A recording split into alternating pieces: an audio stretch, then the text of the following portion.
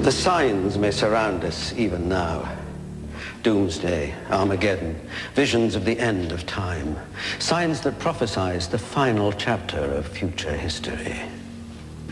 Those deciphering the secrets of the future, men like Malachi, Nostradamus, Casey, and before them the Greeks, the Hopi, the prophets of the Bible, the keepers of the Kabbalah, they all speak of a time that may soon come to pass. The end of history, the final judgment. From the beginning, mankind has feared that the future spared no mercy for those who enter blindly. That's why the ancient Greeks, seeking protection from an unknown future, relied on a specialized class of seers called oracles, who were routinely sought for advice on love, politics, even the outcome of wars.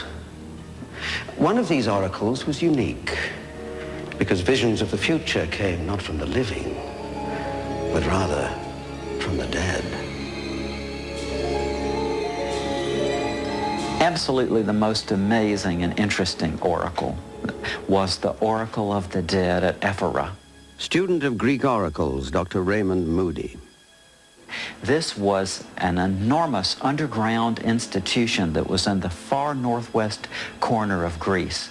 To the Greeks, the after-death realm was located underneath the earth. Not as we imagine today like our hell. It was just that that's where you went when you were dead. Most people would go into an underworld environment. And that was why the early oracles of the dead were constructed as subterranean facilities. Those who sought to contact the dead descended from the world of light and life into a dark and foreboding cavern. Each downward step took the seeker closer toward a reunion with their past and a glimpse of their future.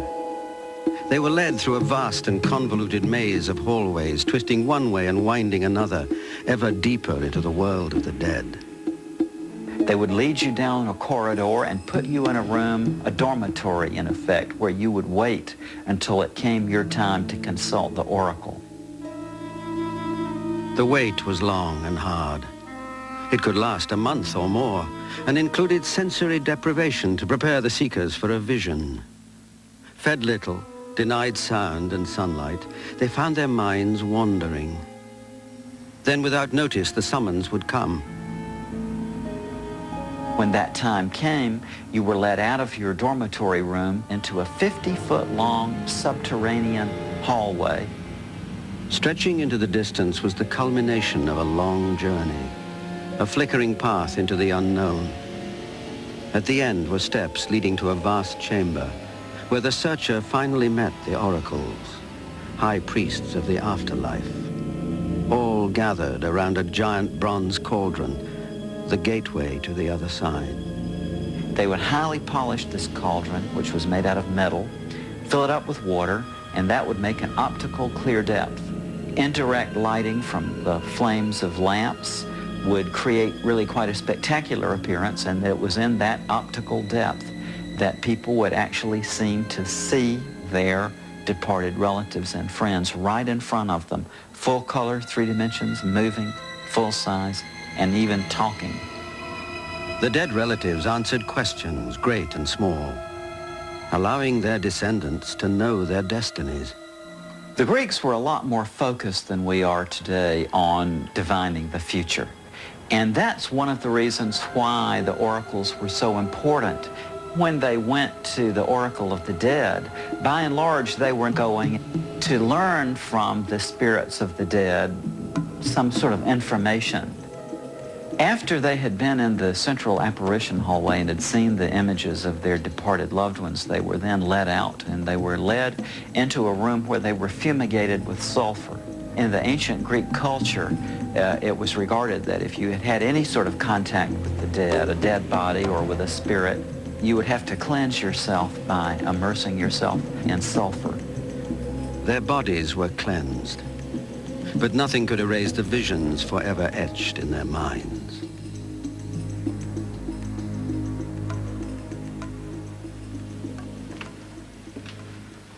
From dust to dust. Not much survives of the splendor that was ancient Greece. A few decaying ruins.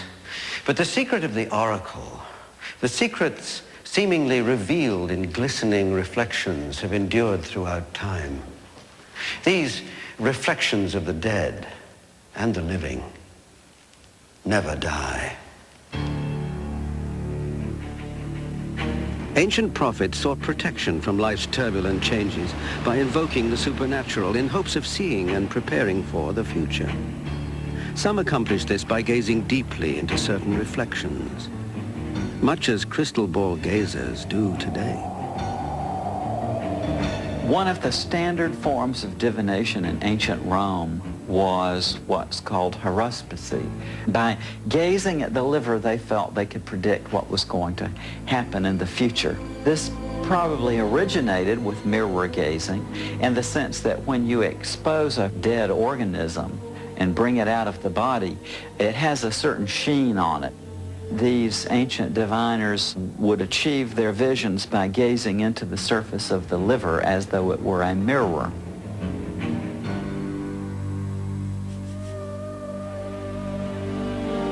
Reflections also played a role in the lives of Native Americans who sought insight into a universal question: how long would one live? The Pawnee Indians had a ceremony in which they would take a badger, kill the badger, drain its blood into a bowl, and there in the moonlight the children would come and gaze into the blood, which would of course act like a mirror, a reflective surface. Based upon the visions of themselves that they saw in the future, their parents would determine whether their life was to be a short one or a long one. In Africa as well, mirror rituals have long been woven into the fabric of tribal life. There was a tribal practice in Africa among the Nakomis, an initiation ceremony.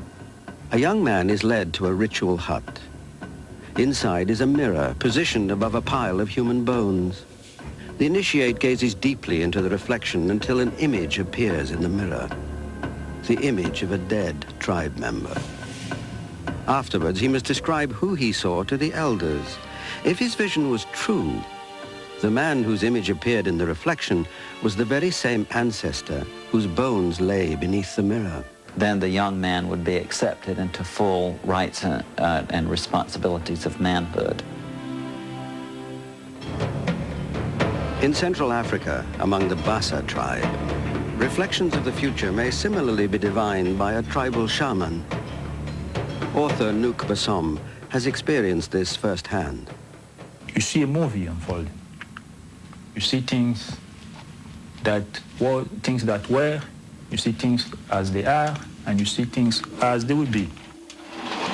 You come to the old man asking questions and seeking answers. I have an uncle who was a sorcerer.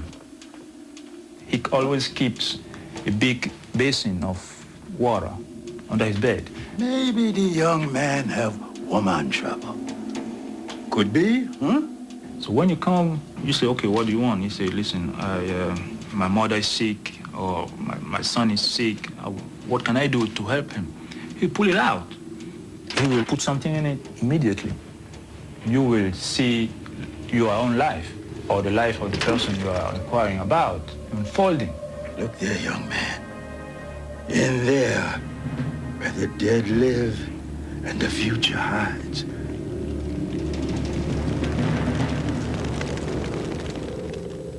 In America, over 100 years ago, the future revealed itself to a president through two haunting reflections. Abraham Lincoln had a very striking mirror vision on the night of his first election in Springfield, Illinois in 1860. He was exhausted from the campaign and he collapsed onto a sofa. He looked up into a mirror that was mounted on the wall and he saw not one but two images of himself, one vibrantly alive, the other pale as a ghost. And his wife interpreted this to mean that he would be elected to a second term but would die in office. The 16th century man known as the king amongst prophets, Michel du Nostradamus, may also have captured reflections of future worlds. His astonishing legacy of prophecy includes what some believe to be predictions of Napoleon's bloody reign, the First and Second World Wars, Hitler's rise and fall, the assassination of John F. Kennedy, the Challenger disaster, and a third world war that will usher in Armageddon. Nostradamus may have discovered the end of time in a mirror. Author Dolores Cannon. Nostradamus had a very special room in his house that he used exclusively for his prophecies. No one else was allowed into that room. It was cold and damp, dark, made entirely of stone. And there on a large wooden table, he used various looking-in devices. He had the best results with a quite remarkable special black mirror. He called this his doorway to the future. And as he stared into this mirror, he would watch the scenes of the future played out in all their horror before his eyes. And he would go out of his body and travel into this mirror, just like Alice in Wonderland, going through the looking glass.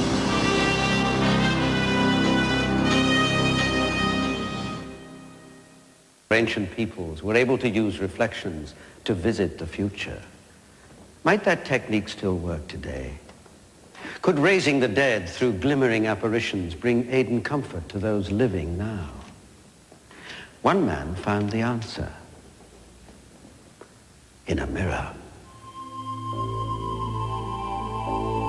Dr. Raymond Moody has studied the connection between human perception and prophetic vision.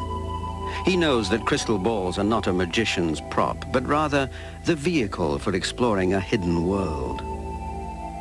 A high percentage of the normal population will, in fact, see visions of a certain kind when they gaze into an optical clear depth. It can be a crystal ball, can be a mirror, it can even simply be a lake or a pond or a body of clear water. Dr. Moody, assisted by his wife Cheryl, has devised a way to scientifically monitor these visions. Following the model of the Greek oracles, he created a special chamber that promotes psychic imaging, a psychomantium. I have a psychomantium that consists of a wall mirror mounted in a little room. The walls of the room are entirely covered with dark fabric to exclude light and reflections. The person sits in a comfortable chair just below the mirror so that looking up into the mirror, they do not see their own reflection. There's a light behind them which casts a diffuse illumination into this room. And when they look into the mirror, it seems that they are peering into an infinite depth. People have really extraordinary experiences. I think if I hadn't been here to see them myself, I would have a hard time believing some of them. A doctor of medicine at Harvard had so many faces and images coming at her from the mirror. She said it was like folks lining up at a phone booth to talk. She got frustrated by it and actually stood up and said, enough. One gentleman that was here, who was at the time a sports producer for TBS, saw his dog.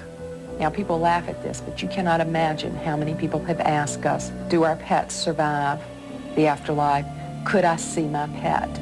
In looking through the clear depth, he saw his dog, and I think it was one of the most moving experiences he had ever had. One incident showed the psychomantium to have unexpected powers. When I looked up, here was this spirit, looked like an angel to me with this baby. And she was so emphatic. She kept saying, the baby's okay, the baby's okay. When I went downstairs after leaving the booth, I discovered that the woman before me had gone into the booth. She had had a reunion with her baby who had died. And the spirit was telling this woman, your baby's okay, your son is fine. I continued her vision. By resurrecting the secrets of the ancient Greek oracles, a powerful new tool was added to the treatment of grief and mourning. But when others began experimenting with mirror gazing, the results proved ominous. Instead of viewing departed loved ones, the mirror gazers reported seeing an apocalyptic future world. When I first went into the psychomantium, I picked up a lot of emotional hurt and pain and sadness and what felt like to me a lot of people's stuff that had been left behind. I could see a scene coming up, and it looked like a portal looking down into planet Earth. However, there was no trees, there was no houses, there was no buildings, there was no nothing. What I continued to see was atomic explosion after atomic explosion after atomic explosion. As I kept watching that, I saw on the right at the top 2000. First, I wasn't sure what that was. I finally decided it had to be the year 2000. It stayed, and it stayed, and it stayed, and I saw many, many, many explosions. Darlene's horrifying vision of global nuclear war had one ray of hope. A space station with cocoon-like pods sheltering and protecting the survivors. I knew there were people inside, however, I couldn't see it. I could tell that the cocoons were breathing, that there was somebody alive in there, and I felt like they were all suspended in this inanimate state during the process of staying safe and protected and away from the planet when we needed to be away. I felt that I was one of the people in the cocoons and that there were lots of people in the cocoon, and the vision came to me as almost like a prediction or a feeling of what would happen. Darlene is just one of many to foresee impending disaster. One after another, those who enter the psychomantium have been bombarded by images of death and destruction. In the psychomantium, some of the earth changes that I have seen are just tremendous winds blowing things away that you can't imagine, even stronger than tornadoes and hurricanes, high waves, New York and coastline cities just breaking, the earth crumbling underneath from the water and the waves. These are all of the sort of the correlating signs that keep coming to me that say, yes, pay attention. My experience in the psychomantium was not what I expected it to be. I wanted to go to have an apparitional experience to help me move through the grief of someone that I lost. That is not what happened. I had an out-of-body experience. I went through the mirror rather than sitting and gazing into the mirror. And I found myself on the other side, and I saw the planet. I saw the Earth. Looking down from outer space, Jo Ellen London saw details of mass suffering. In one vivid scene, the victims were children. It was a hospital-like setting. There were people there who were set up to work with whoever they brought in on the plane. It felt nuclear. That's what it looked like. There were masses of people everywhere. The children definitely were.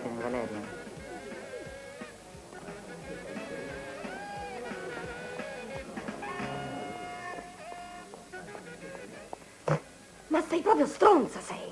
Io? Ma scusa, mi mandi un invito. Io t'ho telefonato.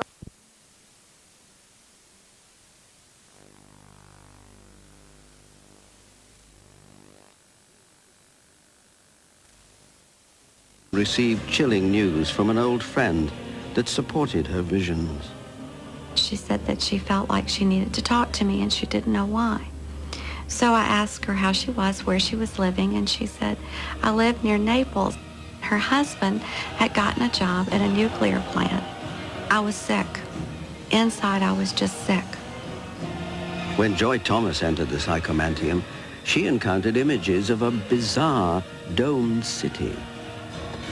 I think perhaps the only reason that I saw this dome city was to indicate that there was an energy source coming from underneath.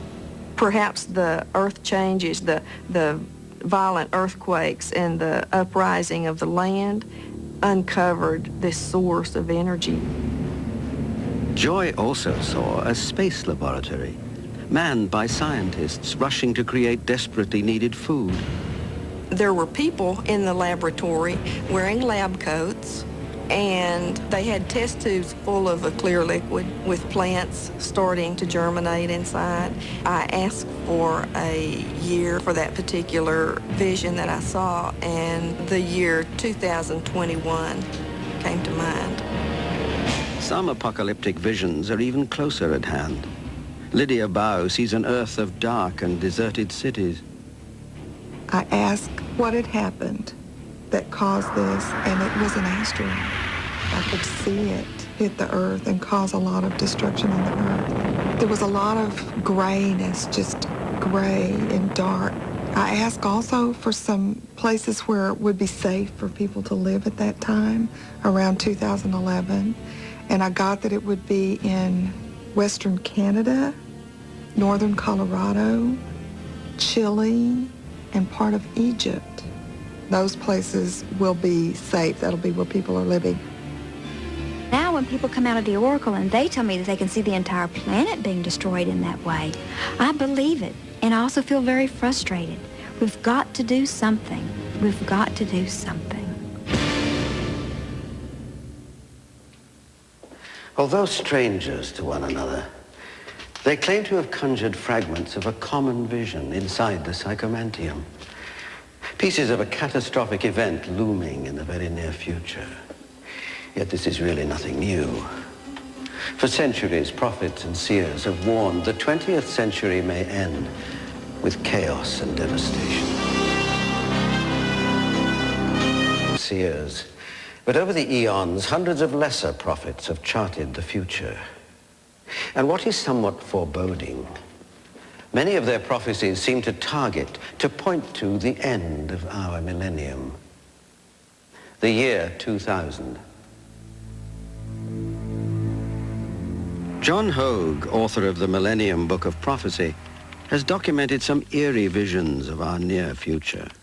There are many predictions that will be the countdown point for the final roller coaster ride out of this century into either thermonuclear war, ecological disaster, or an apocalypse.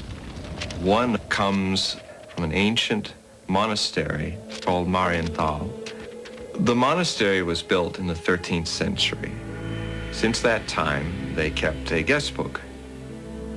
One of its earliest loggings is from some unknown monk who wrote down the following prophecy concerning the coming events of the 20th century. And he writes, "A war will come before which all previous wars will fade. Streams of fire will come from clouds where there are no clouds." This strange riddle could mean that the fire is from greenhouse gases, invisible clouds. Then he goes on to say, in the middle of a great body of water, which could either be the Atlantic, but it could also be the Pacific, all capital cities on both sides of the water will be burned and buried under rubble and ashes. In this war, he describes these future Armageddon warriors as people who live like moles that are underneath the ground 300 feet. We know that our missile guidance systems are actually set 300 feet under the earth. He predicted this centuries before it happened. Many prophets seem to foretell the end of time with appallingly similar predictions. One warning of a looming apocalypse may herald from 17th century Scotland and the visions of a simple farm laborer. There are many ways that people can see in the future. The Brahman seer used a small piece of polished meteor, and he used to look into it and see images of his clients and foretell their future. He foresaw the coming of trains and piped water and gas, and also the loosening of morals in the 20th century. He is noted for one prediction, which is either about a nuclear war or an ecological disaster. And in it, he says that deer and other wild animals shall be exterminated by a horrid black rain. We know that water mixed with nuclear fallout creates black rain, but water mixed with ash from volcanoes also creates black rain. So this could be a prophecy either of a nuclear war with nuclear winter following, or it is another of the many prophecies about a natural disaster befalling Northern Europe. He was noted for being a very blunt prophet, and it got him in trouble with the Countess of Seaforth, who had him tried as a warlock. As the crowd gathered around, she had him thrust into a burning barrel of tar laced with spikes. Brown Seer is not alone in the suffering he endured because of his prophetic gift. Many times it seems that the visions of future worlds are paid for with blood. In the 1930s, two peasant women named Maria and Elsa from northern Italy had a vision of the coming of a global Holocaust. They said it came from Christ, and when the vision came to them, they both suffered stigmata wounds on their palms and their feet, bleeding wounds like Christ on the cross. And they saw cities devastated by the rising of the Earth's oceans, red rains, which could be radioactive rains, and also a reddened sky, which might even be the description of the pollution in many of our cities' skies. Unlike these simple peasant women whose prophecies came unannounced, some people received these warnings of annihilation after much seeking. Pastor Bartholomeus Holzhauser was a 17th century preacher who was noted for his prophetic insights. He often prayed in seclusion, and his prophecies would come out of these experiences. He foresaw the coming of the French Revolution, which he said would take place around 1800 AD. He foresaw Hitler, called him a fierce ruler who would create great discord that would come from chaos, and from chaos he would return, devastate neighboring countries and conquer them. We know that Hitler came from the chaos of post-World War I Germany, and he certainly left the world in chaos when he died. He predicted the Cold War, as well as the coming of a Third World War or an ecological disaster. One of the aspects of that disaster is something he calls swords, fashioned of a different kind, that cut up the sky. To a man who lived when candles lit the night, doctors bled the sick, and horses powered industry, what specter of a technological future world could a 17th century pastor have possibly been shown? What Bartholomeus then warns is that there is a pestilence that comes to the earth from this activity. And he may have been foreseeing the ozone holes, of which he says, a great lament will come over all humanity, and only a small batch will survive the tempest and the horror. Is a higher power using men like Bartholomeus Holzhauser to show us a cataclysmic course of the future? Or can the source of these visions be something more sinister? Many people believe that prophecy is a gift from God, but also many people you would call insane have a similar gift of prophecy. Adolf Hitler, for instance, if you study his works, makes a number of chillingly accurate predictions that would put him right up there with Edgar Cayce and other prophets. But this man was a mass murderer. In the last 10,000 years, 100 prophets that have proven themselves 75% accurate in predated predictions. They come from all corners of the world, all different times. You have biblical prophets, prophets like Nostradamus in the 16th century, prophets from America like Edgar Cayce. You have all these different various people that seem to share a collective vision. You can see that there are two clear courses in our future, in our near future. And one is doomsday, destruction of man. The other breaks that pattern, that rut of misery that we call history. And we will maybe live as a race outside of history and therefore unpredictable. Prophets and soothsayers claim to divine the future by seeing into it. Their prophecies or warnings may arrive through dreams, visions, spirits, or even by the grace of a most beautiful young woman. Prophets are not the only ones entrusted with prophecy. Sometimes it's given to the less gifted, the man in the street. It may come to him as a sign, an apparition, or just a voice with wings. And often it bears a warning. As we approach the end of the 20th century, there's been a staggering increase in the number of sightings of the Blessed Virgin Mary. Japan, Yugoslavia, the Soviet Union, Garabandal, Spain, and Fatima, Portugal, where several small children claim to have seen an apparition who left them a terrifying prophecy. Why has this apparition appeared so often? And is her message that the end is near? Journalist Michael Brown, author of The Final Hour, has carefully chronicled the Visions of Mary phenomenon. The Blessed Virgin Mary has been appearing or manifesting since the 1st century A.D. And there have been times when we see peaks in her appearances. Right now, we're going through the greatest peak that I'm aware of. Where she has appeared, dramatic events seem to occur afterwards.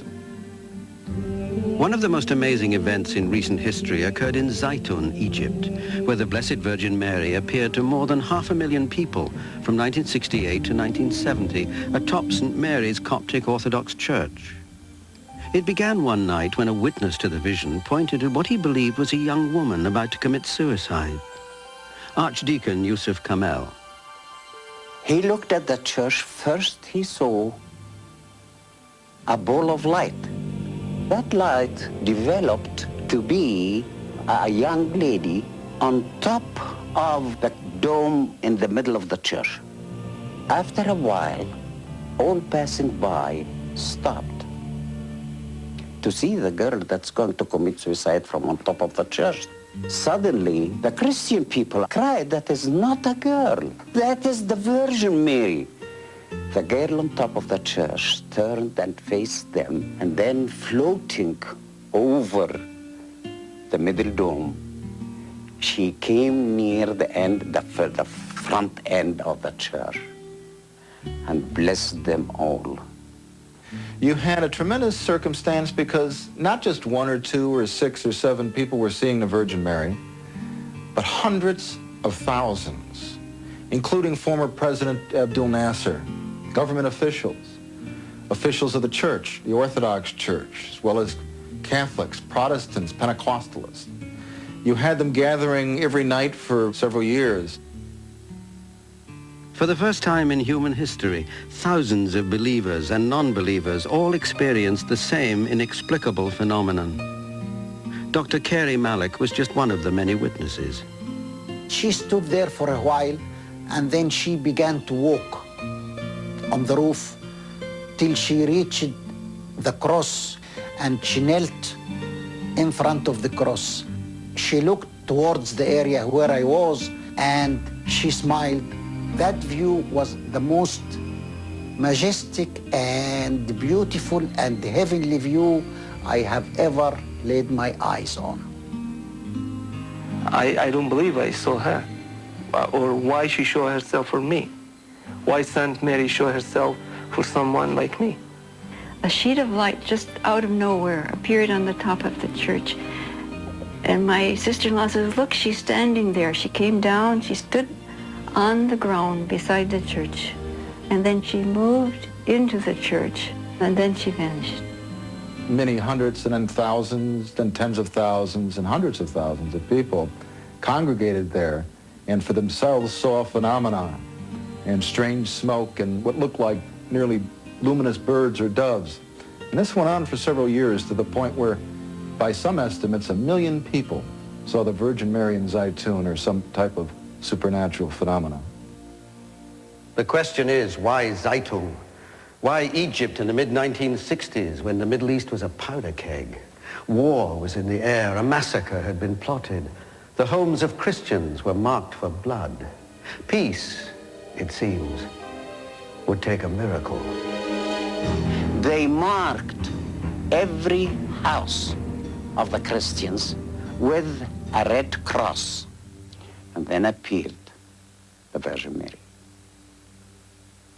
And instead of taking revenge of them, she cured them, healed them, gave them sight.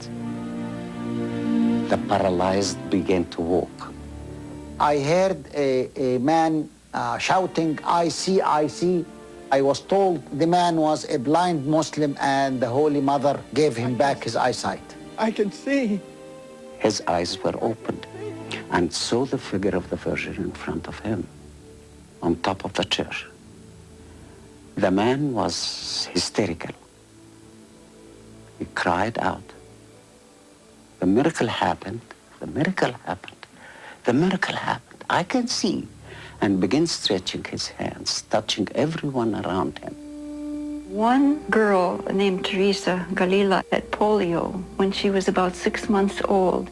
She could drag her legs with crutches, and she was healed at Zaytun. And I had seen her walking. One of the most amazing miracles of healing occurred to a woman with breast cancer who came to Zaytun in search of a cure. One night, as she lay sleeping in a room near the Church of St. Mary's, she had a vision of the Blessed Virgin Mary. Father, I see the Virgin. She's standing by my bed. Now she's by the window. And now she's gone. Before she go to sleep, deep sleep, she felt the Virgin coming in with a small boy. The young boy gave her a small knife or something like that. And the Virgin told her, I am going to remove the cancer from your breast. Oh, it's painful. I can feel it. The next morning, the priest found a bowl of tissue next to her bed, and she was covered by a cloth with the sign of the cross written in blood. The amazing thing is, there is no sign of any wound or any opening or anything. X-rays, analysis prove that is free from cancer completely. The unexplainable, miraculous events of Zaytun, Egypt, are best understood by analyzing the testimony of the living witnesses. A study conducted by physicist Dr. John Jackson. All the witnesses to the Zaytun event virtually agreed amongst themselves as to what they saw. And so I think it's possible to construct what I would call a standard apparition of what had occurred. The apparition was self-luminous. Most of the people would say they could see some features. Virtually everybody said the apparition would move in a natural manner and it looked very realistic. Some people would say the apparition was bigger than life in terms of its size. What's interesting about it is that you had so many people who come from so many different parts of the world, really, coming together to agree that this is what generally people saw. And more compelling evidence was found through analysis of the photos, which Dr. Jackson verified as authentic. The question is, are those real photographs? What you look for in a scientific evaluation of these photographs are internal consistencies or inconsistencies. I spent a fair amount of time studying those photographs and I can't see any inconsistencies. So if that's true, then that would argue that the apparition was able to generate physical light that was able to go to a camera, go through the optics, record itself on the photographic emulsion of the film as a photochemical reaction, and hence you have something physical associated with the apparitions.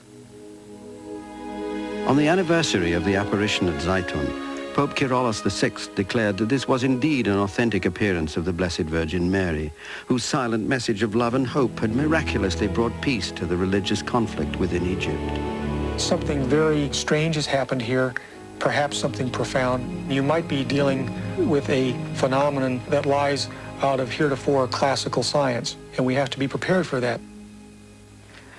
As the end of the millennium approaches, apparitions of the Virgin Mary have proliferated in the United States. Along with her blessings come urgent warnings. Donna, a school administrator, a non-believer named Estela Ruiz, claims her life completely changed after Mary came to her in a dream. The first time that she appeared that I really saw her awake was on December the 3rd of 1988.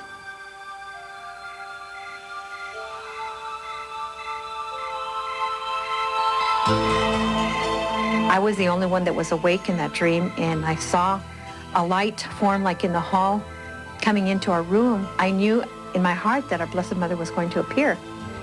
You're here. Our beautiful lady is here.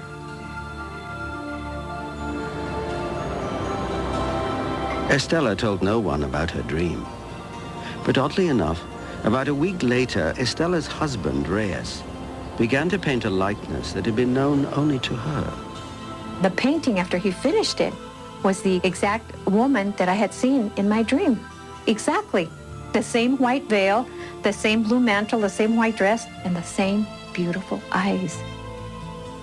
Several days later, as the Ruiz family gathered to say the rosary, the painting her husband had made of the Blessed Virgin Mary came to life. Estella finally knew she had been chosen. My God, the most beautiful woman in the world is here. At the very beginning, when she appeared, she said we were not to tell anyone that she was appearing in this home, that she would bring as she wanted and as she needed them, she would bring them. And that's exactly what happened. 200 people showed up that night without any public knowledge, nothing in the newspapers, anywhere. 200 people showed up. How that happened, I have no idea. Many healings and miracles were said to have taken place in the Ruiz home. Most incredible was the time Estella's rosary apparently turned to gold. She was looking at it, and the rosary was just turning gold right in front of her. And somebody else was looking at it at the same time, so it was, it was quite an experience. I think that they're another manifestation, another little hint, another little sign that, yes, God is intervening, yes, something is going on here. Word traveled quickly about the appearance of the Blessed Virgin at the Ruiz home, and soon their backyard was filled with hundreds of people waiting for a message. A lady appears inside to me. However, everybody outside can feel the presence of Our Lady, and that's been quoted to us many, many times by many people. And many people have told us they have seen her outside during the apparition. Along with miracles, blessings, and healings, Estella Ruiz claims the Virgin Mary speaks to her regularly, sometimes with prophetic warnings. At the beginning of each year, she will tell me more or less what will occur during that year. She told me that something severe was about to happen that would affect the United States. She had told us about catastrophes about to start. And it was that year that we had very severe weather. We began to feel the earthquakes in California. And then the beginning of this year, she said that these catastrophes would accelerate. Your country is headed for destruction. This world is headed for destruction. The earth itself is telling us that there have to be changes in us. This is going on right now. We can't hide from it anymore. We can't say, well, maybe, because God is really letting us know, hey, I'm calling you. Are you going to listen or what? 7 school children in rural Africa were listening when they say visions of Mary appeared to them, throwing them all into profound states of ecstasy, from which each would return with what they believed were terrifying messages. In the rural village of Kibeo, Africa, 7 children from a Roman Catholic school would fall into a trance of ecstasy while speaking to the Virgin Mary. Their concentration was so intense that medical teams and psychiatrists performed tests to determine the authenticity of their rapture.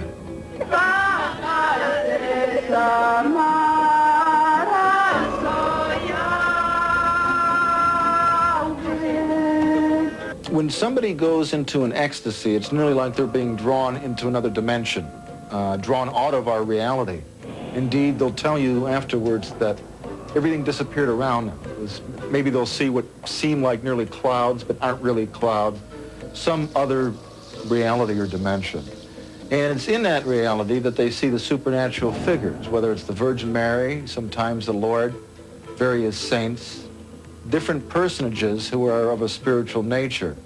And when they're in such a state, often, you can go up and you can flash a light in their eyes, you can pinch their cheeks, you can even put a needle into them, and they're not going to blink, they're not going to budge, because they are in an altered state of consciousness, a tremendously altered state of consciousness.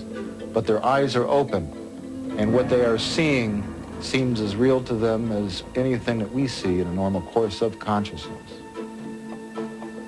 But the 7 children had a terrible message to deliver. A prophecy so horrifying that they wept as they revealed what they had seen. They were given a prophecy of the future, horrible pictures of coming turmoil and anarchy, blood. They were shown so many bodies it seemed like there was no place to put them all. They were told that if mankind did not convert, that there would be apocalyptical events in the future. They were told by the Virgin Mary that that country would see a river of blood. That was a direct quote. 6 years later, the prophecy was fulfilled with chilling accuracy in the nation of Rwanda, where Kibeho is located. This is the final times of the apocalypse because that's what it must seem like in Rwanda. So that was a prophecy that came true in rather specific ways and specific details. And she said at Rwanda that she had come not just for Rwanda, but for the entire world. And so if that's happening there now, one wonders what lies in all of our future. Long before the Bible, there existed a mysterious body of secrets that were handed down to a chosen few. They foretell the end of time. And these mystical teachings may decode the secrets of the universe. Collectively, they're called Kabbalah. Some scholars of Kabbalah believe that hidden within 72 ancient Hebrew names, a description of Armageddon may be found. Rabbi Philip Berg. A ball of fire will descend upon all of mankind. There will be periods whereby mankind will forget that the sun even appears.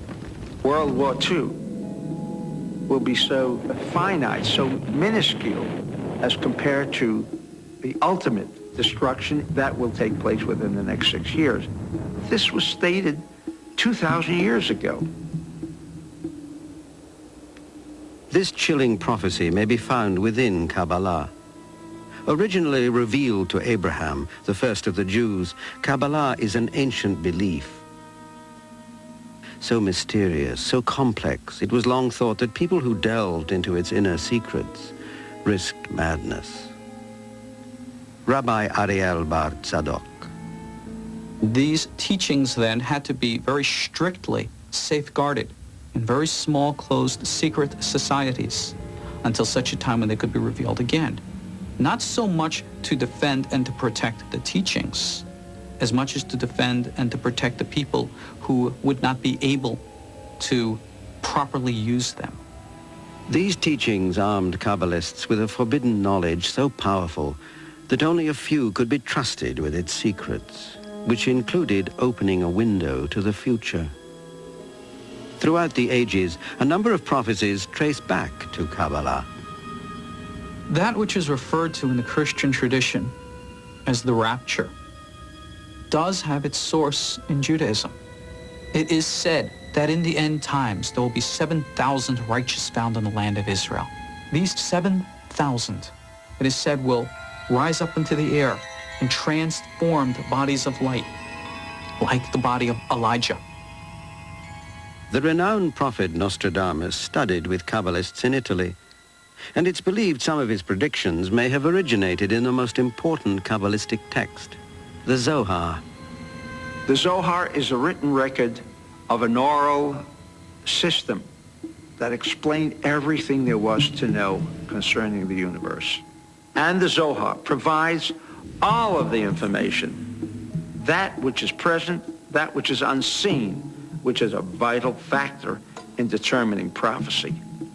The Zohar is a body of revelations which may unlock the encoded secrets of the Old Testament, otherwise known as the Torah.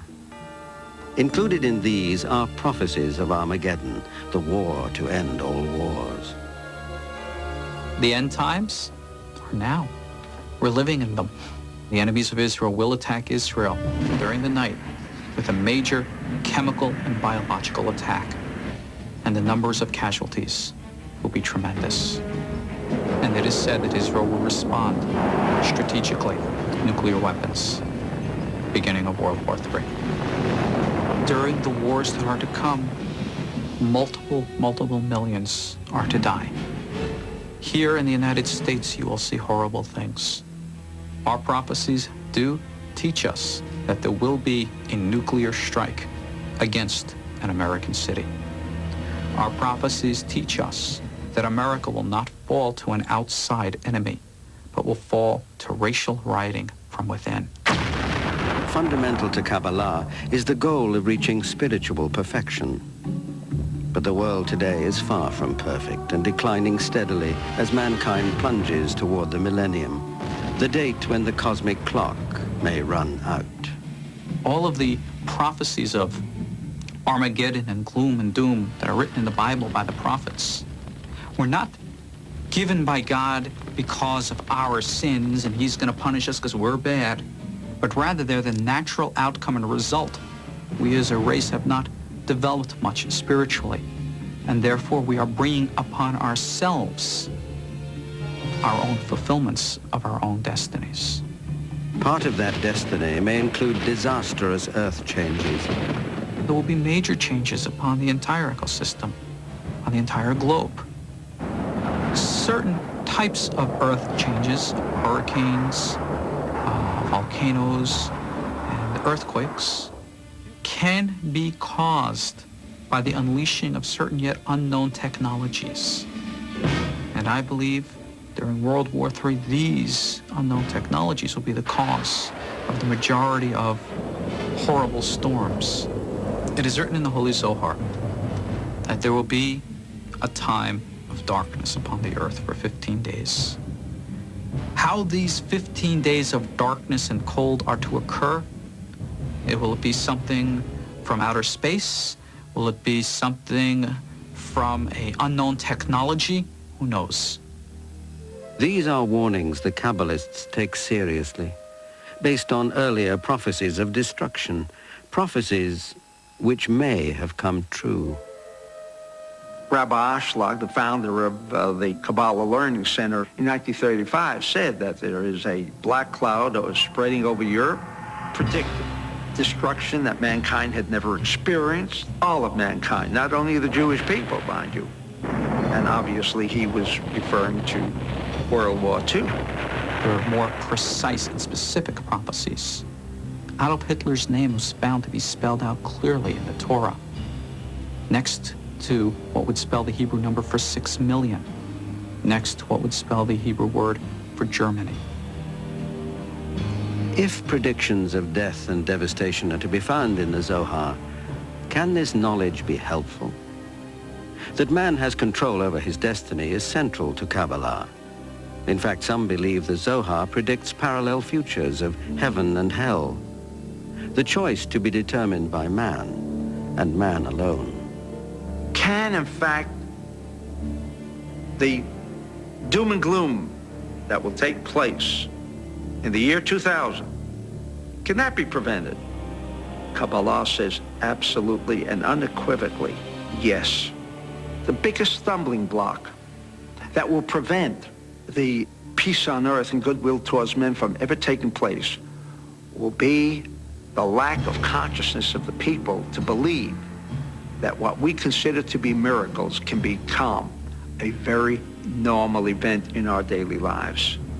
Believers feel that Kabbalah predicts a day when people will defy the shackles of their physical world. Breaking earthly bonds, man will fly, heal himself, see the future, and prevent natural disasters with the same power Moses used to part the Red Sea. But Kabbalah says that future is conditional.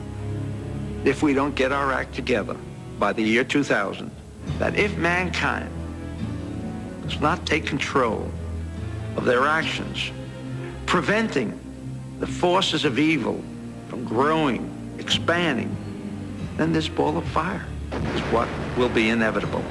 A holocaust of a nature that the world had never seen is going to take place, destroying almost all of mankind, all vegetation, all forms of life. And only those who have studied and learned how to preserve their own physical bodies will live beyond Armageddon. the future. The truly great prophets may often display psychic and healing abilities. As we come to the end of the 20th century, an American prophet named Paul Solomon may be considered one of history's most gifted seers.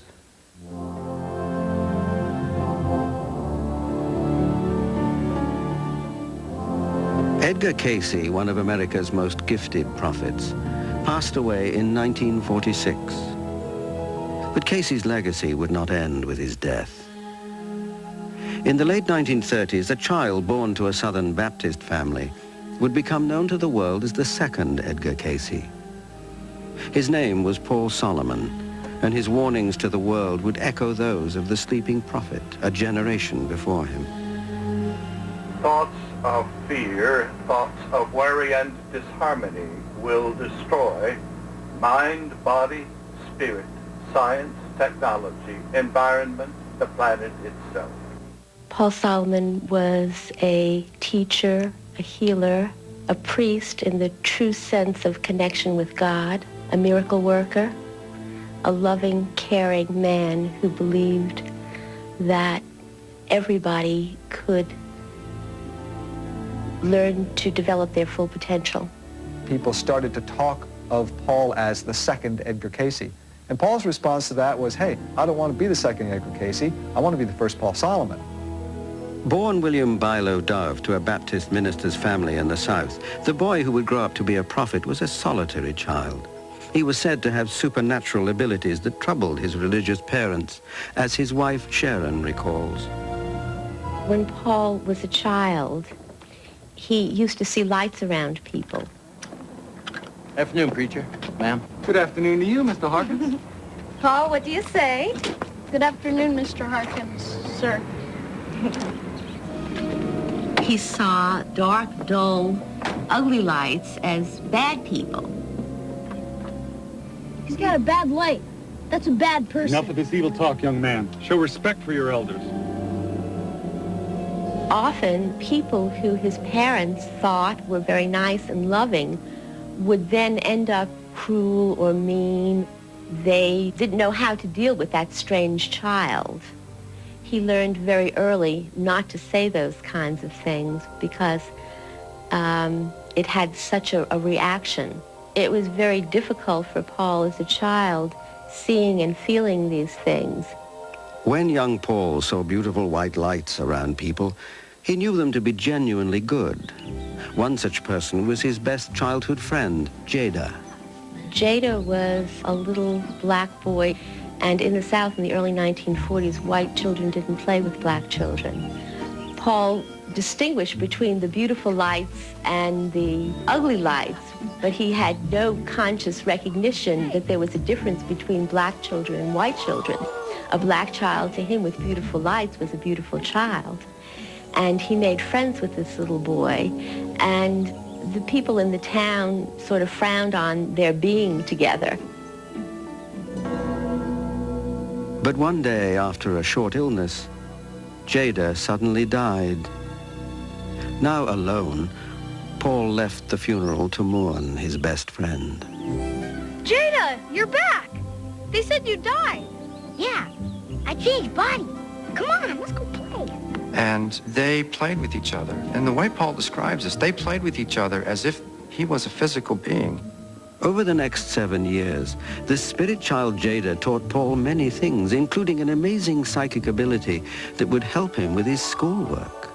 Paul was not very fond of studying, and he was discussing this with his friend Jada one day.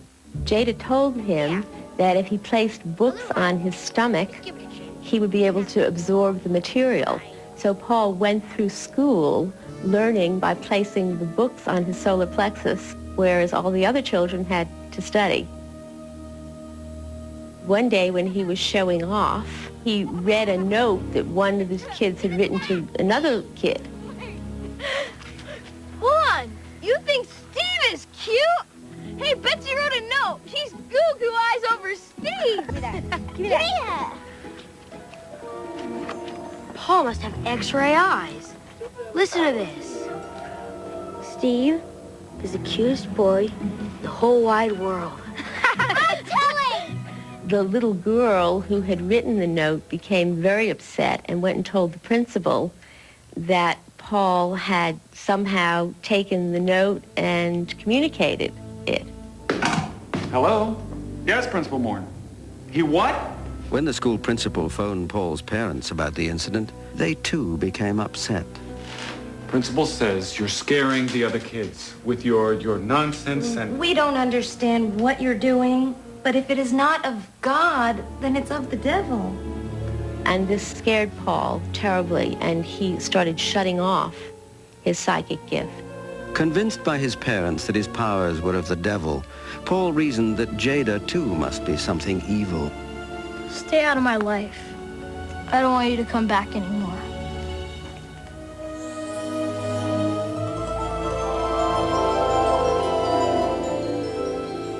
As a young man, Paul studied to be a Baptist minister in the honored traditions of his family. He had gotten his first church and planned to spend his life preaching in the Baptist faith. But his wife one day announced that she was leaving him, and there's no such thing as a divorced Baptist minister. So in an instant, his marriage and his life work ended. He rebelled, and he did everything that he could think of, from drinking to smoking to drugs to sex. That was what he thought God didn't want him to do. After 5 years, he realized that he was going nowhere. His life was going nowhere. He thought about going to a psychiatrist, and finally he went to a hypnosis clinic. But it was too expensive, and he became very, very depressed about it. So he went to his favorite little bar and sat down next to his friend Harry, and he was telling him his sad story. Can't afford a therapist, I can't afford a hypnotist. Happy days, gentlemen. I can buy my buddy a drink. Let me try. I hypnotized somebody before. Yeah. That's good enough for me. Let's do it. Paul's adopted son, David, describes the results of Harry and Paul's experiment. As Paul recalls it, Harry did this boring hypnosis routine. And Paul lay there thinking, you know, this has got to be the world's worst hypnotist. You're getting sleepy. Very sleepy. Keep your eye on the watch. You're getting sleepy. Very sleepy. You're going under my spell. You're getting very sleepy. Your eyes are sleepy. The next thing he remembered, he woke up, clutching his solar plexus in pain. Why am I on the floor? Did you kick me in the stomach or something? No, I put you under and you flopped down on the floor. Some spirit started to talk, speaking right through you like you were possessed or something. It was great. Get out of here. No. And he was angry and threw Harry out of the house because all he was feeling was pain. Harry came back the next day and said, Paul, I know that wasn't you because you're not that smart. What was being said there was much more intelligent than I know you are. And that intrigued Paul, so they tried it again. You're getting sleepy, very sleepy. This time, Paul remembered going through a long tunnel, and at the end of the tunnel, he saw Jada. He also saw a girl by the name of Merle, who he had dated in high school, who had also died. They were waiting for him at the end of the tunnel, and they comforted him, and they supported him, and in effect held his hand as he explored this other realm of consciousness. They also asked a question about where his grandfather's money was, because his grandfather had told Paul for years and years and years about this lost money. Paul, where did Grandpa hide the money? The money's in a chimney. In a house where nobody lives.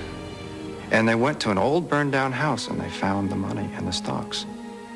The voice that spoke through Paul called itself the Source. Very dangerous. Author Dr. Wayne Wheeler describes the extent of its power. There seemed to be nothing in the entire manifold of universal creation which the Source didn't know or that it couldn't find an answer to. Able to penetrate deeply into the total intelligence of the universe, it seemed to be a door opening onto infinity. I remember hearing a story that happened when Paul was first beginning to do readings, when he was in Atlanta, Georgia. Harry had told a policeman about what Paul did. A little girl had been lost for a few days, And the policeman came to Paul's house and asked if Paul could do a reading to help locate her. Now focus on our little girl. We see a street. Do you see a street sign? Yes. Magnolia. Do we turn left or right? Turn right. We see a house.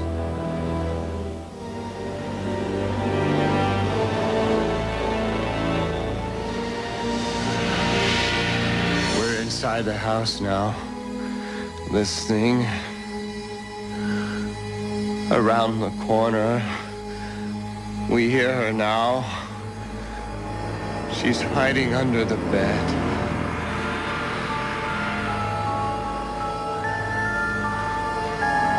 Paul still doesn't understand how it worked. He just knew that he was able to see these things somehow because there was a need there. As word spread of Paul's miraculous powers, his reputation as a healer began to grow. He got so many requests for people doing readings, usually from people who were very desperate, who were in need of physical help. They had health ailments that doctors had not been able to heal, or that they were emotionally distraught, people who were really at the end of their rope and needed support. In 1976, Paul did a reading for a man who had a son who, about a year old, was not able to keep down any food at all and was very emaciated, had to be on intravenous feeding just in order to survive. Doctors had no idea what they could do to help this child absorb nutrition. The reading said that he had an allergy to cow's milk and that if they simply switched to goat's milk, he would be able to keep the milk down and start to absorb nutrition. They did it, and he's a healthy teenager today. There's a woman who had very severe scoliosis. Paul did a reading for her, and the reading suggested that she place a fresh ocean fish on her back and tape it to the back. Keep it there overnight, and to sleep that way for a number of nights in a row. As the fish decayed, the enzymes would be absorbed into her bones, and her bones would become more supple. Not a very comfortable thing to do, and certainly not a traditional healing technique, but it worked. With each reading, Paul became increasingly adept at contacting and communicating with this strange, all-knowing power. According to the people closest to him, strange phenomena, even miracles, were an everyday occurrence. One day, Paul and another friend of mine and I were driving in a car, and there was an electrical storm going on, and Paul said that anywhere he pointed his finger, you'd see lightning. That's very funny, Paul. And I thought, yeah, Paul, you don't need to pull this stuff with me. I saw a bolt of lightning right where he pointed it, and I stopped laughing and I just shut up. I didn't understand how he did it, and he never explained what happened. But strange things like that just happened around him. Another eerie example of Paul's connection with the source was witnessed by Dr. Bill Beidler.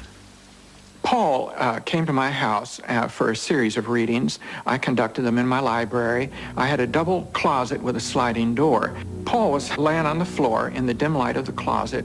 About a third of the way into the reading, I saw floating above Paul, his other body, connected by a cord to the solar plexus. Paul stopped right in the middle of a sentence. The minute I saw this, he stopped. And it took me a few moments to realize that I had interfered with the reading. So I, at that point, withdrew, and he took up right where he had left off without even a break.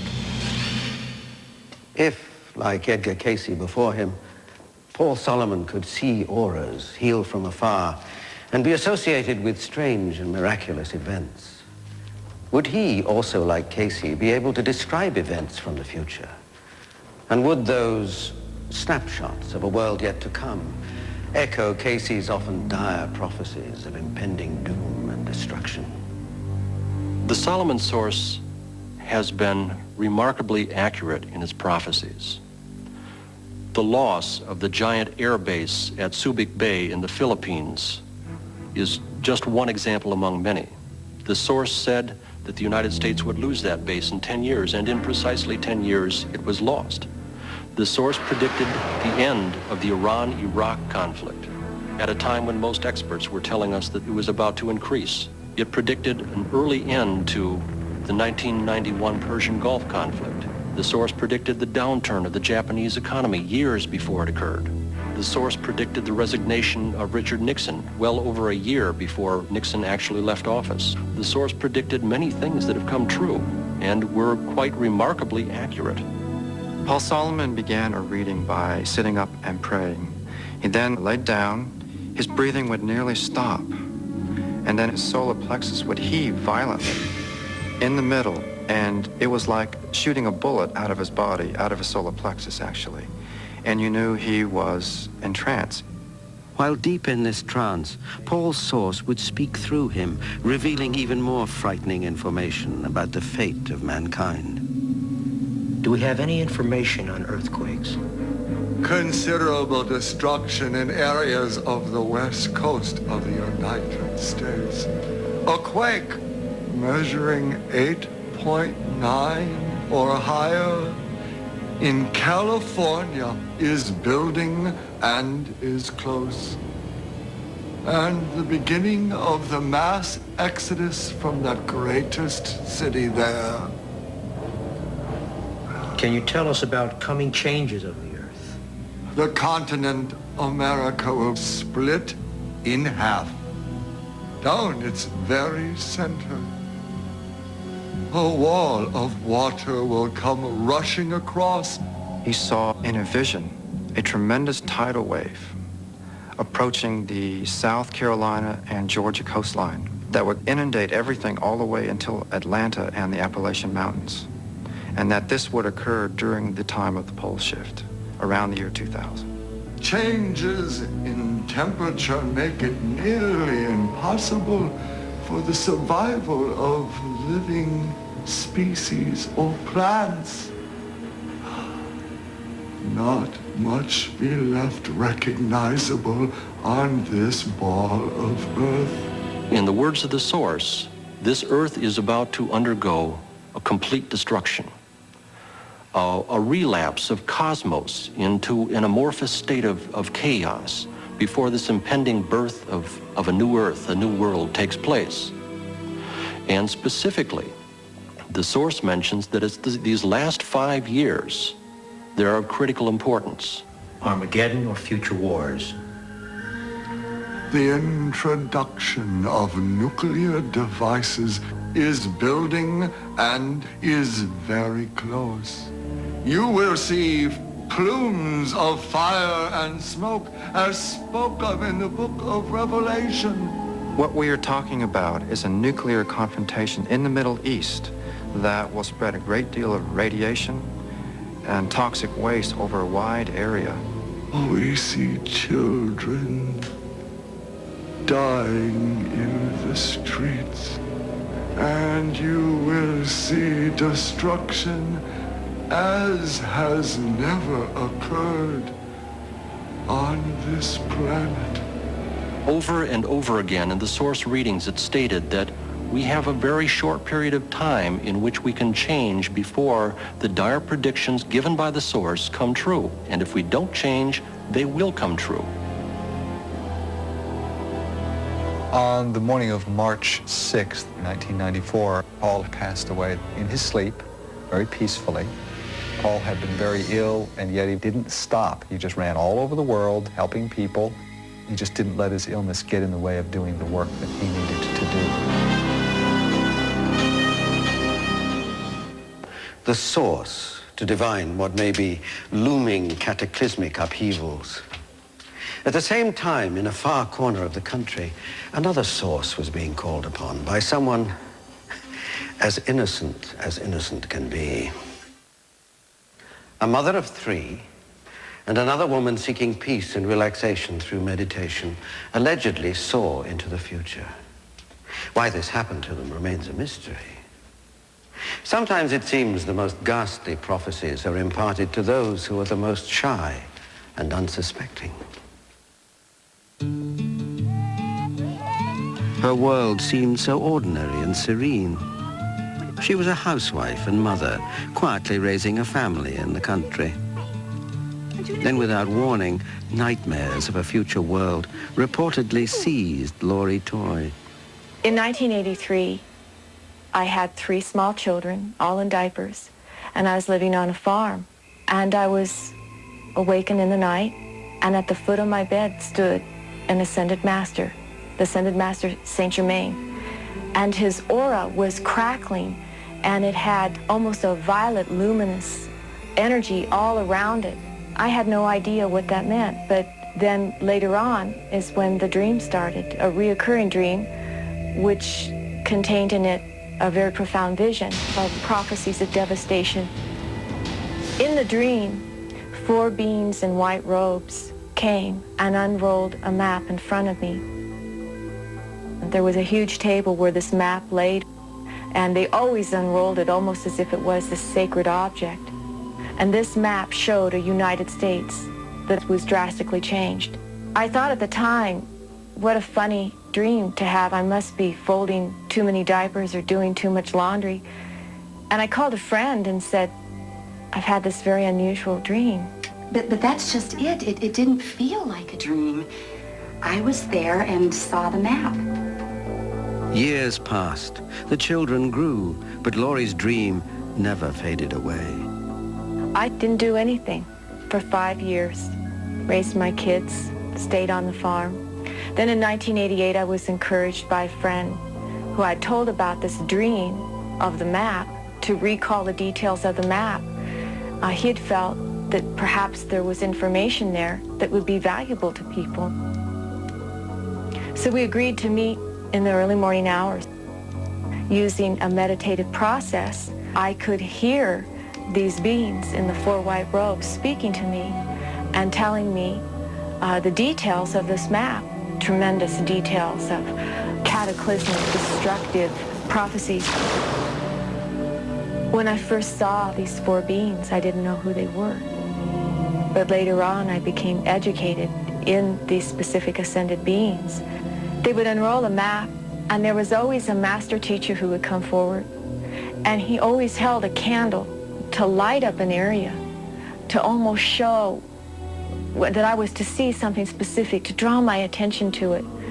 Intrigued by this information, Laurie Toy and her friend felt compelled to delve deeper. Coastline extending from West Houston, north past Dallas. Let me see what you have.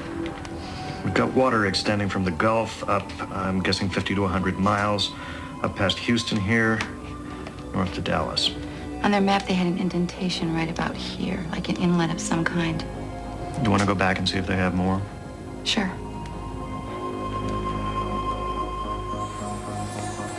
In the map room, they are with me. From Texarkana over to Mississippi, and down almost to New Orleans. What about Nevada, Utah? Can we work on these? Yes, they say. They are showing me. It is all underwater, almost to Denver. Do you see any islands? Yes. Salt Lake City. I've noticed that after I come out of this meditative state, that a lot of times there's something altered within my own physiology. For instance, this morning, I blew out several lights just turning them on. You can always hear the tone on a telephone. If I hit the dial on it, puts a whole other tone in there and I'd get the wrong number. We had over 80 sessions using this meditative process. What evolved out of that was the I'm America map, which is a very highly detailed prophecy of Earth changes of the United States. The prophecies were so alarming that Laurie Toy began documenting each one so that people could be warned. They said the first thing that we would see would be a meteor that would be coming towards this planet, and that would hit somewhere in the Nevada desert. They said the next thing that would happen after that would be 2 to 4 years of rain. They said that would cause an overall global warming. Also will suffer another devastating earthquake in the Pacific Northwest, which will sink Oregon and Washington State. Wind and rain and extremely cold temperatures will pelt the East Coast and break up the East Coast into islands. The lower tip of Florida would be flooded or sink. The Mississippi and the Missouri rivers would more than quadruple their present size. Many lakes and rivers would just burst. The Sierra Madres are what are left of California, Nevada, Utah, and the northeastern portion of Arizona. Also, New York City, covered by water. Even Philadelphia is shown to be underwater. It was a very extreme prophecy, very extreme prophecy. When we completed all of the map, the master teacher known as Saint Germain ran his finger along the coastline of the map, and he'd say 5 centimeters here, 10 centimeters here, to correct any place where maybe we had penned it in wrong. I sold my house and took the money from that to print the First Time America map. We printed 1,000 copies. I, of course, got my children to come in there and help Mom roll maps. It was always our after-school project, because we had a lot of people that we had to warn. And we started giving maps away to hundreds of people and talking about what these prophecies were. But the Odyssey did not end there for Laurie Toy. The map captured the attention of a man who was also having visions of Earth changes. A man who became Laurie's second husband. A man named Len Toy, a prophet in his own right who shared the same startling visions. One day I said, well, you write down what you've seen, and then I will go into the meditative state and I will write down what I see. And we did that, and we were amazed because both maps looked almost entirely alike. There's great ice storms that form over the European continent and crash to the cities and bury them under 20 to 100 feet thick and as much as 200 to 300 miles long. All of these areas are then completely devastated. Because of the global warming that is so greatly affecting Western Europe, the European community joins together to detonate a nuclear explosion in the Mediterranean Ocean along a fault line to alleviate the water pressure that is rising. And the area of North Africa into the Middle East is lost in this nuclear detonation. The European prophecies happen well after the prophecies that happen in the Americas. Seeing the future, knowing what lies ahead, can be a blessing as well as a burden. Many people who call us, they always say, well, what do I do? A lot of people call in deep stress, in deep fear. They have children, they have homes, they want to have a future. We are not the only ones who claim to be haunted with visions of global annihilation. Sue Spittler, during an innocent foray into the world of meditation, came face to face with what she believes was doomsday. She said the visions invaded like unwanted messengers. Home economist Sue Spittler. When I was doing the meditation on the universe, I really saw a great depopulation of the world happening in very traumatic, fast ways, such as earthquakes, large plane crashes, tornadoes, hurricanes, situations where large numbers of people would be eliminated. This is somewhat like a pruning, and I can sense this pruning to happen pretty steadily over the next maybe 200 years. I have a sense as the world depopulation occurs that there are going to be other great physical changes in the earth too. I have a feeling that in the future we're going to have much more water, much less land, and my sense of that is that we would have maybe 1/3, possibly as much as 1/2 land mass compared to what we have now. I can sense that the Pacific Ocean might come in as far as, say, Nevada. The Mississippi will be much bigger than it is now. I think any of the major rivers are going to be incredibly increased in size.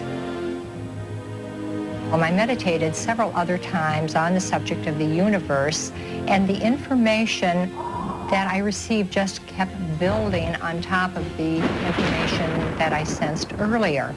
You finally have to come to a point that you say, it's true, it's real, it happens, I believe it. Fragments, Glimpses of a dire future appear to be flooding in from varied sources, from medieval monks to modern housewives. And like some nightmare puzzle, the pieces seem to be falling into place. Reportedly, warnings of imminent global disaster are being received worldwide. And in the southwest United States, a stone, thousands of years old, bears a carving of what just might be a map of the future. Hidden in the desert is a secret linked to a prophecy of the ancient Hopi tribe of Native Americans, which warns, when the gourd of ashes drops, you will know the end of the world is near. The Hopi elders believed the atom bomb to be that very gourd of ashes, for in 1948 they held a tribunal, appointing a guardian of their prophecies. Prophecies set in stone by distant ancestors and covered with the dust of time. The man chosen?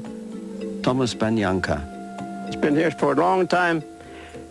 They knew about destroying, but no one knew it was here.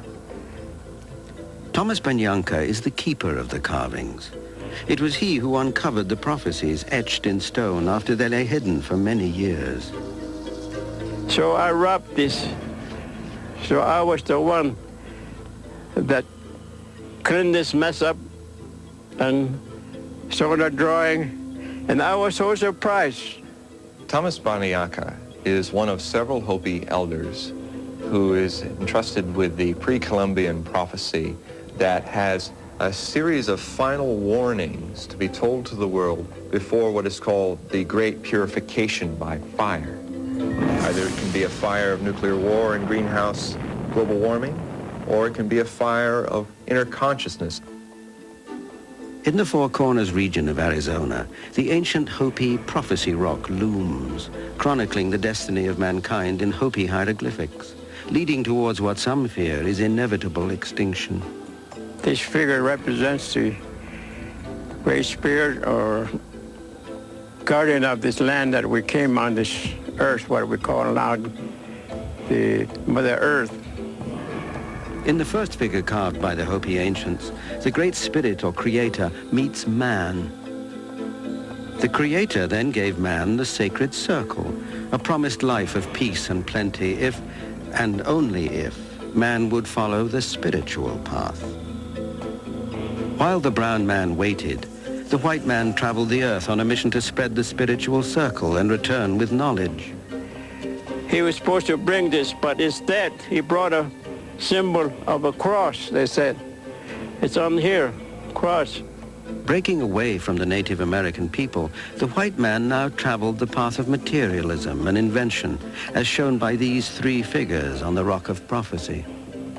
I always say that first figure represents first invention like wagon pulled by animals. And later the second one representing advancements in inventions. He brought automobiles that run by itself. Then the third one represents also advancements in inventions, scientific things, and now they have rode up in the sky. With the invention of the aeroplane, the white man now commanded the land, sea, and sky. And just as the Hopi prophecy rock appears to predict, this thirst for power led to two devastating events, World War I and World War II. There's a line down over here, and that's where we are today. And the zigzag line represents up there big nations. Powerful nations put their military might together and kill thousands of women, children, animals, birds. We have now come into last little circle above the line, which is, they said, maybe the beginning of Third World War. And so, as the Hopi prophecy goes, we find ourselves at the crossroads with the fate of the entire race of man hanging on one all-important question. Do we return to the sacred circle and a life of harmony and abundance? Or do we take the jagged road, leading us further and further from the spiritual path? If that happens, according to Hopi prophecy, the purification by fire will immediately commence. These chilling words place us precariously close to the edge. Will civilization end in a holocaust of flame? They're not going to save the world. They're not going to bring peace and justice. They're going to destroy the world. That's what old people say. So it'll just end with gold full of ashes. The whole world, all living things will be destroyed. There'll be nothing left on this earth. Everything will burn up. Logic, reason, just plain common sense, all argue that seeing into the future is impossible. Science tells us that prophecy is no more than superstition, or at best a parlor trick. But what if there were evidence to the contrary? After all, not so long ago, man was made to believe that the earth was flat. The Hopi carved it into a stone. Kabbalah has the message in code. And for thousands of years, prophets and seers have foretold of a time, our time, the end of the second millennium, when life as we know it might come to an end. But one needn't look to the prophets of old to uncover warnings for the future. Omens of doomsday may surround us now, invading our dreams, leaving clues, triggering visions of devastation, giving us a sense of foreboding that something is terribly wrong. Hope springs eternal. The present need not be victim to what is to come. The test of prophecy may not be to predict the future, but rather to change it. And the power to change still rests in our own hands. Doesn't it?